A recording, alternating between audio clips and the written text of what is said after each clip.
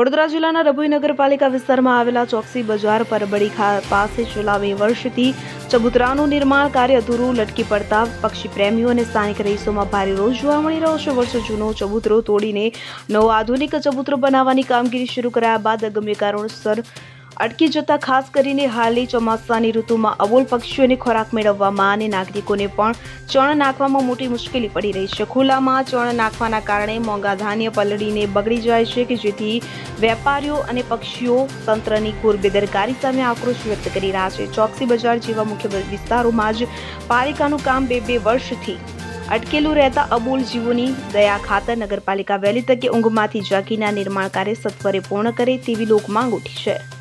ફકીરા ખત્રી, ડભોઈ. હવે જુઓ દેશ દુનિયાની તમામ ખબરો તમારી આંગળીના ટેરવે. ઉઠાવો મોબાઈલ અને ગૂગલ પ્લે સ્ટોર પરથી ડાઉનલોડ કરો અમારી CN24 ન્યૂઝ મોબાઈલ એપ.